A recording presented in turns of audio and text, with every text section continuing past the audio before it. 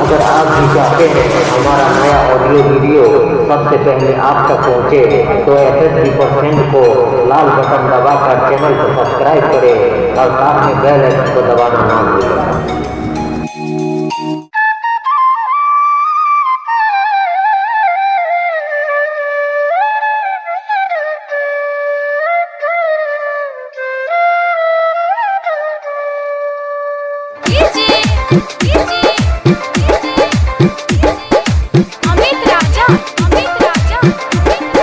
शिव शंभू बिसौली की शानदार प्रस्तुति।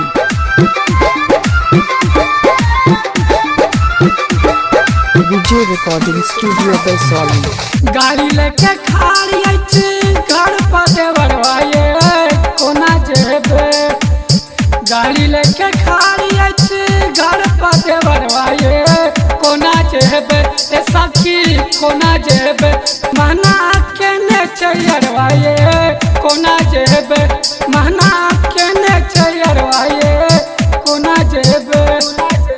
गाड़ी लेके खाड़ी घर पर देवरवाए कोना जेबे। गाड़ी लेके खाड़ी घर पर देवरवाए कोना जेबे। ए सखी कोना जेबे मना के ने चयरवाए कोना जेबे। मना के ने चयरवाए कोना जेबे।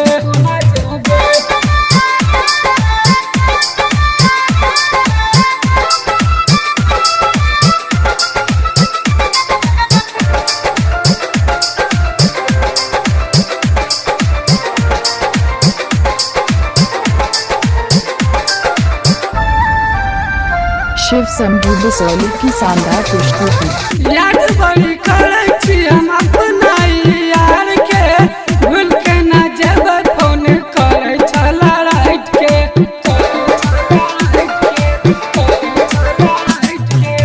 याद बड़ी करे छी हम अपना यार के भूल को ना जेबे फोन करे छला रात के। बार बार कहे छला हमारा पिया जिए कोना जेबे।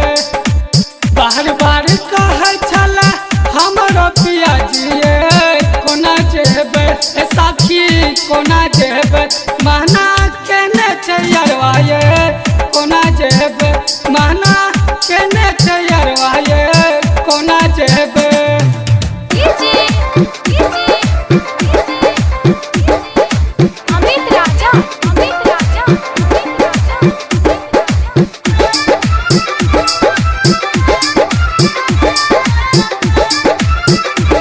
Video recording studio Bisauli.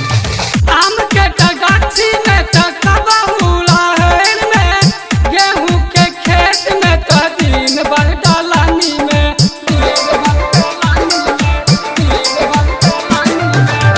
आम के गाछी में तो कबहुला हेर में गेहूं के खेत में तो दिन भर दलानी में। दिन तूफान नहत रही नदिए कोना जेबे। दिने तूफान नहत रही नदिए कोना जेबे। हाँ कोना जेबे मना के ने चयरवाए कोना जेबे। मना के ने चयरवाए कोना जेबे।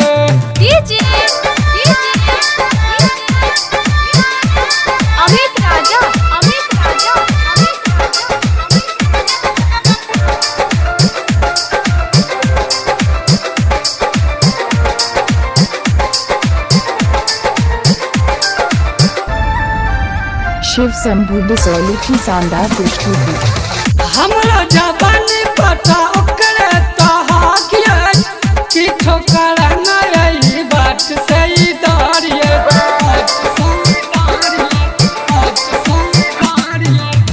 हमरा जवानी पता ओकरे तहाकिए कि ठोकर न रही बात से ही दारिए। हमरो त कंठी मारे रोहित अरवायो कोना जेबे। हमारो तला के जा मुकेश सवरियायो कोना जेबे।